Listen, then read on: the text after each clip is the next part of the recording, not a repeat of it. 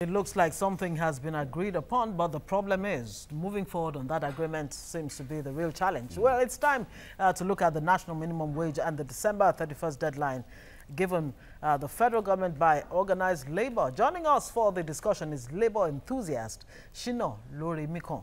Thank you so much for joining us this morning. Good morning, Shina. Thank you, Hall. Okay, so a figure seems to have been decided, but moving forward is where the problem is, and Labour has given the December 31st deadline. And the question we asked earlier, is this going to be deja vu? Interestingly, we've been on it for a very long time. I'm a traditional friend of the Labour, and sincerely, I'm still worried that can 30,000 naira take an average family to the end of the month. You realize that from this 30,000 naira, you need to pay house rent, settle electricity bill, provide lunch or dinner. You can skip Before breakfast. you go on with that train of thought, don't you think there's something wrong with us even when we look at it from the point of view of, will 30,000 naira suffice? Will it be sufficient for any family? But you would think that the 30,000 naira is the minimum wage is actually paid to individuals. So you can actually have 5 members of the same family who are paid the minimum wage. How about that? It's very, very possible. The chances is very slim. Okay. Because one, the law does not allow somebody below 18 years to work.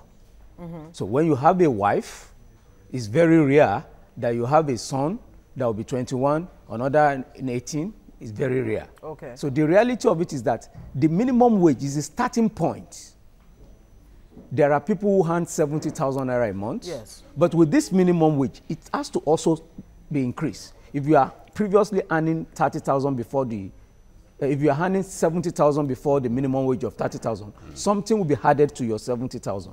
But we are talking of the people at the below. The floor. Usually, most of them are people with attempted school starts or not graduates. Sometimes they are your security men, sometimes they are your driver, and they also have a life to live. And unfortunately, whether you are a graduate, whether you work in the bank, you all go to my 12 market as a case states in Lagos. Whether you like it or not, you all need a shelter. I don't see a one-room apartment anywhere in Lagos for 1,500 naira a month. No, I don't see it. And for electricity, I don't see a situation where you pay 200 naira a month for electricity anywhere in Nigeria. All right, government is talking about, we heard the president the other day when he was presenting the budget at the National Assembly saying that he is going to set up a technical committee, to look into how to implement all of those. And Labour said, well, the tripartite committee is already a technical committee. Labour has set January 8th to embark on the mother of all strikes again, as the case may be. Talk to us about going forward, how the scenarios could play Let out. me start by saying this. Assuming I am the Labour president, I won't wait till January 8th. There is no reason for us not to be on the streets every Monday in this country for the next 3 months, before, during, and after the election. There is no reason. Now, what do you need that committee for? We are getting to a situation where every time we bring a new obstacle, a new standard, the football match is on, we keep changing the goalposts. Which committee? That committee is not known to law. What we know to law, what has happened before the budget was presented to the National Assembly. Now you are creating a new ground. Who are the technocrats? Who are the heads? Who wants to suggest whether it should be 31,000 or 29,000? We have spoken. We should go honorably to honor the agreement. And it brings us back to where we were in the Second Republic. This was the way Shagari was playing with the minimum wage. That created problem. We lost more working hours. We create unnecessary tension. We escalate crisis. We overstretch the security. When there is a national strike, it goes everywhere. Yeah. It affects everybody. Even if you are willing to be at work, the road may not be safe for you. Absolutely. And we have some institutions, we have some offices, we have some organizations that's supposed to work 24/7 in this country, directly or indirectly, they will be affected. We have friends, we have partners who want to travel from other countries to Nigeria. When there is a national strike, the aviation sector will be affected. And what are we saying? Most every sector would be affected. I'm also worried. I said now, we should be on strike every day. Look at what our friends, the Chinese, are doing. They have come here, set up enterprise. They don't want to unionize our people. They want to pay any amount.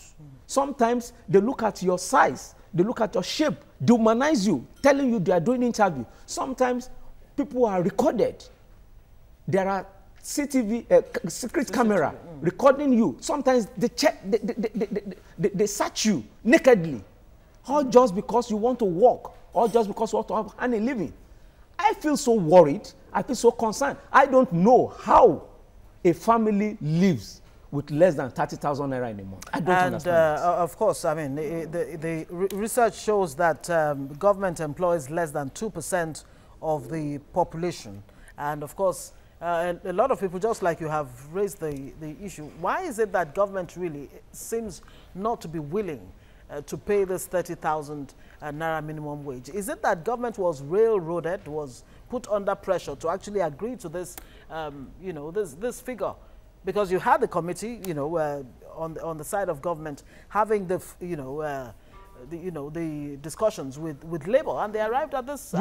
It's all. And now we're at a point where the issue of the taking the minimum wage before the National Assembly seems to be. It's all politics. When it is time for the National Wage Commission to determine the wage of members of the National Assembly, everybody is at home. When it's time to decide the salaries of the governors, everybody's at home. We practice true federalism then. But when it's time to pay the peanuts to the workers, you then say, no, the resources are not there. Where do we get the resources to pay my friends in the Senate? Haihi, Shehu Sani. Where do we get the resources to pay my friend, Honorable Faleke? We budget, the allocations are there. Not only salaries, even allowances. Almost all my friends that are in the National Assembly have brand new cars. They know where to buy those cars. They insure it. They fuel it. But when it is time for the working class, it is then the rail is not working. It is then there is no petrol. It is then they are looking. I tell my friends and I tell my household, every land in Nigeria is a diamond. If we know how to translate it, it's a lot of money for us. And that's why the Chinese are easily making money. Yeah. Sometimes they go to bushes, they cut our wood, they export it. Sometimes they go to quarry, they blast the stones, they take our money outside the country. Even water. There are multinationals providing us stable waters at home. What is our government doing? But even at that, you remember former U.S. President Bill Clinton actually said that it is not what is under the ground that is the most important resource, but what is above it, which is the human, the human element. And so much has been said about the need to improve human capital development and all of that. Yeah. You can imagine a country like Finland. Many years ago, the best thing they had was wood. They were constructing the best ships in the world. Today, Finland is no more constructing ships. Ships is still being produced, but yes, they have telecommunication. Nokia. When will we have our home products? We are only concentrating on crude oil. Unfortunately for us, look at the dilemma the president found himself.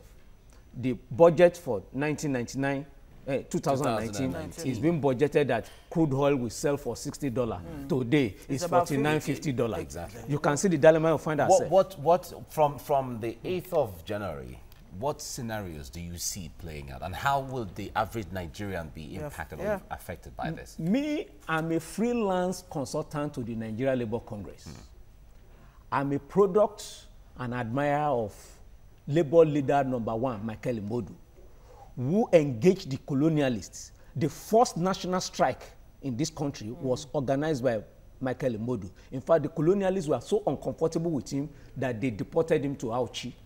That Imodu strategy is what we want to give to NLC. This will not only be mother of all strikes. It will be mother and father and children of all strikes.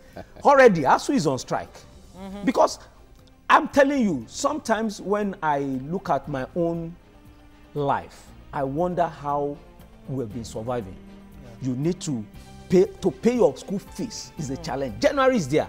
Already the dilemma we have as a working class. Exactly. If you permit me to say this. Yes. Many of us that are on paid salary have got our December salary before Christmas. By the time we enter the new year, we are bankrupt. And you want us to report to work, and we will not be paid until 25 or 27 of January if we are lucky.